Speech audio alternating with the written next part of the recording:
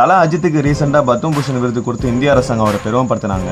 Cinema மற்றும் car பந்தயத்தில் சிறந்து விளங்கினதுக்காகவும் சத்தமே இல்லாமல் சைலண்டாக மோகினி ஃபவுண்டேஷன் சார்பாக சிறந்த சமூக சேவை செஞ்சதுக்காகவும் மத்திய அரசு இந்த விருதை கொடுத்துருக்காங்க.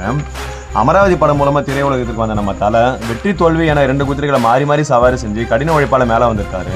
நம்ம தலைக்கு கடந்த ஆண்டை விட இந்த ஆண்டு சிறப்பான சம்பவம்னே சொல்லலாம். ஒரு பக்கம் திரைத்துறையில் வெளிவந்த எல்லா படமும் ஹிட் படமாக அமைஞ்சு நல்ல வரவேற்பு பெற்றது. அடுத்த பக்கம் அவரோட பேஷனான கார் ரேஸில் சாதனை படைச்சு தமிழ்நாட்டிற்கும் இந்தியாவுக்கும் பெருமை சேர்த்திருக்காருன்னு சொல்லலாம். அது மட்டும் இல்லாமல் தன்னோட ரசிகர்களுக்கு ஒரு இன்ப அதிர்ச்சி கொடுத்திருக்காரு. அது கடந்த 10 வருஷமா எந்த ஒரு பிரஸ் மீட்டும் கொடுக்காத நிலையில இப்போ ரீசெண்டாக ஒரு தனியார் தொலைக்காட்சிக்கு பேட்டி கொடுத்திருக்காரு நம்ம தலை. அதில் தன்னோட திரையுலக பயணம், விளையாட்டு மற்றும் தனிப்பட்ட வாழ்க்கை வரலாறு என எல்லாத்தையும் மனவிட்டு பேசியிருக்காரு. அந்த நேர்காணலில் ரசிகர்களுக்கு நடிகர்களுக்கு சமூக பொறுப்பு இருக்க வேண்டுமா என்ற கேள்விக்கு ஆமாம் கண்டிப்பாக இருக்கணும் அப்படின்னும், அதனால தான் நான் பிங்க் படம் ரீமேக் பண்ணி நேர்கொண்ட பார்வை படம் நடித்தேன் அப்படின்னு சொன்னார். பெண்கள் ஸ்டாக்கிங் செய்வது ஊக்குவிப்பது என்னோட சில படங்கள் இருப்பதாகவும் உணர்ந்தேன். அதுபோல் என்னோட ரசிகர்களும் நான் திரையில் செய்வதை பின்பற்றுறாங்க, அது எனக்கு சுத்தமாக பிடிக்கல அப்படின்னு சொல்லியிருந்தாரு. சினிமாவை ஒரு கலையாக பார்க்கணும், அவ்வளோதான். அதை விட்டுட்டு ரசிகர்கள் banner, cut out, bike stand பண்ணுறது ஆபத்தணும். நல்லா படிங்க, குடும்பத்தை பாருங்க, பெற்றவங்களை கைவிட்டுறாதீங்க அப்படின்னு தன்னோட ரசிகர்களுக்கு சொல்லியிருக்காரு. எனக்கு வாலி படம் ரொம்ப பிடிக்கும் அப்படின்னும், அந்த படத்தில் இருந்து தான் என்னை எல்லாருமே நடிகனாக ஏற்றுக்கிட்டாங்க அப்படின்னு சொல்லியிருக்காரு. நடிப்பு எப்போதுமே எனது தேர்வாக இல்லை, நான் ஒரு விபத்தில் நடிகனாக ஆனேன் அப்படின்னு மனம் திறந்து சொல்லியிருந்தாரு.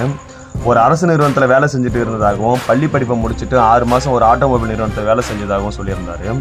அதுக்கப்புறம் ரேஸில் கலந்துக்கும் போது எனக்கு 18 வயசு தான் அப்படின்னும், என்னோட அப்பா என்கிட்ட வந்து அஜித் மோட்டார் ஸ்போர்ட்ஸ் ரொம்ப விலை உயர்ந்தது, அதனால் உன்னை பொருளாதார ரீதியாக ஆதரிக்க முடியாது அப்படின்னும், அதே போல் உன்னை என்னால் தடுக்க முடியாது அப்படின்னும், நீ தான் உன்னோட வழியை தேடிக்கணும் அப்படின்னும் தன்னோட அப்பா மனம் திரும்பி சொன்னதை வெளிப்படையாக சொல்லியிருந்தாரு.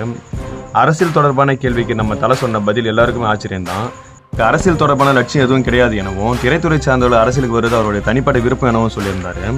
திரைத்துறையினர் மட்டும் இல்லை, யாராக இருந்தாலும் மாற்றத்தை ஏற்படுத்த முடியும் என நினைத்தால் அவர்களை நான் மனதார வாழ்த்துறதாகவும், வெளியில் இருந்து விமர்சனம் செய்வது எளிது அப்படின்னும், களத்தில் இருப்பவர்களுக்கு மட்டும்தான் அதில் இருக்கும் கஷ்டம் தெரியும் அப்படின்னு சொல்லியிருந்தாரு. அரசியலுக்கு வருவது 100% துணிச்சலான முடிவு எனவும், இது நம்ம தளபதி விஜய்க்கு வாழ்த்து சொல்கிற மாதிரி இருந்தது. நான் எந்த நிலையில் இருந்தாலும் என்னோட ரசிகர்கள் எந்த எதிர்பார்ப்பும் இல்லாமல் என்னோட நின்னாங்க, அதனால தான் என்னமோ என்னால் எல்லாமே செய்ய முடிஞ்சது அப்படின்னு வெளிப்படையாக சொல்லியிருந்தாரு. நான் அவ்வளோ பெரிய ஆள்லாம் இல்லை, என்னை நீங்கள் அஜித் குமார் இல்லைனா ஏகேன்னு கூப்பிடுங்க, தலைன்னு கூப்பிடாதீங்க அப்படின்னும் ரசிகர்களுக்கு செல்லமாக கட்டளையும் போட்டிருக்காரு. இந்த மனுஷன் பற்றி பேச ரொம்ப ஆசையாக இருக்குது. இப்படி தன்னகரியில் நம்ம தலை ஏகேக்கு நம்ம மங்கி பாய்ஸ் 360 யூடியூப் சேனல் சார்பாக வாழ்த்துக்களை தெரிவிச்சுக்கிறோம். இதுபோல் சுவாரஸ்யமான தகவலுக்கு நம்ம சேனலை மறக்காமல் ஃபாலோ பண்ணுங்கள். தேங்க்யூ.